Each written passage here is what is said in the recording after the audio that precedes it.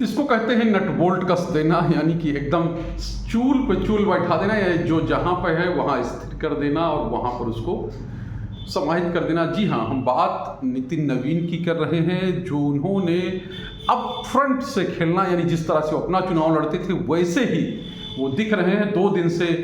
पटना में है और बांकीपुर के लिए वो उन्होंने एक तरह से कहा जाए जी जान लगा दिया है। चाहे पार्टी नेताओं की बैठक हो, एनडीए नेताओं की बैठक हो, विधायकों के साथ बैठक हो, पार्टी के प्रतिनिधियों के साथ बैठक हो, तो सबके साथ बैठकें करके और उसके बाद उनका अपना एक लंबा अनुभव, यानी 20 साल जिस क्षेत्र के प्रतिनिधि रहे हैं वहाँ के लोगों को बुलाकर, वहाँ के जो संभ्रांत लोग हैं उनको बैठाकर, तो ये सब चीज़ें वो लगातार कर रहे हैं। और इसके अलावा स्टार प्रचारक भी बन गए हैं, यानी कि जो 40 लोगों की सूची जारी हुई है उसमें वो भी शामिल हैं और वो यहाँ पर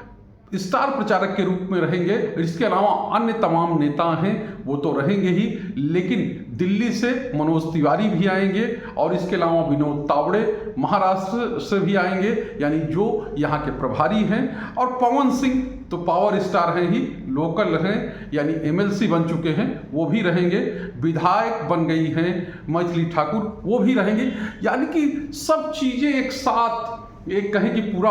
कॉम्बो पैक जो है वो बना दिया गया है बीजेपी नेताओं का। यानी कि जिस तरह के जिस इलाके में जिसकी डिमांड है वो लोग जाएंगे। चूँकि एक क्षेत्र का चुनाव है, उपचुनाव है, उसके बाद भी बीजेपी ने इतना बड़ा स्टारडम, इतनी बड़े स्टार्स की लिस्ट जो सामने रख दी है, या यूँ कहे कि एक तरह से नाक का सवाल बीजेपी ने बना लिया है बांकीपुर को, क्योंकि सामने प्रशांत किशोर हैं, सामने रेखा कुमारी तो पहले भी चुनाव लड़ चुकी हैं, तो उनके बारे में पार्टी जानती, लेकिन प्रशांत किशोर जिस तरह से आए हैं और उसके बाद जो तेजी दिख रही है, जिस तरह की चीज़ें हो रही हैं, वो अपने आप में साफ हैं कि बीजेपी कोई भी कोर कसर छोड़ना नहीं चाहती है, कोई चीज़ें कम नहीं रहने देना चाहती है। यही वजह है कि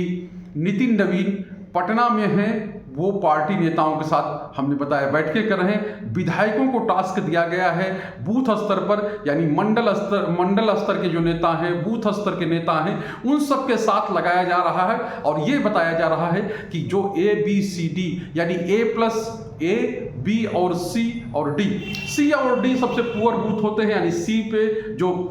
0 से 100 वोट से जहां हारे हों और डी जहां 200 से ज़्यादा वोट से हारे हों, यानी इस तरह की स्थिति जहां बनी हो, तो उन बूथ पर सबसे ज़्यादा मेहनत करने की ज़रूरत होती है। लेकिन A+ बूथ है, यानी 200 से ज़्यादा जहां पे लीड रही हो, तो ये सब चीज़ें बीजेपी ने निकाल के अपने नेताओं को दे दी है। बहुत माइन्यूट स्टडी जो है वो होती है बीजेपी के अंदर, यानी कौन खुश है, कौन नाराज है, किसको मनाना है, किसको थोड़ा सा पुचकारना है, किसको कहें कि आगे बढ़ रहा है तो उसको और आगे बढ़ा देना। तो ये तमाम चीज़ें बीजेपी की ओर से की जा रही है अपनी नेताओं को फिर से संगठित करने के लिए, फिर से एक उसमें बांधने के लिए। और ये सब हो रहा है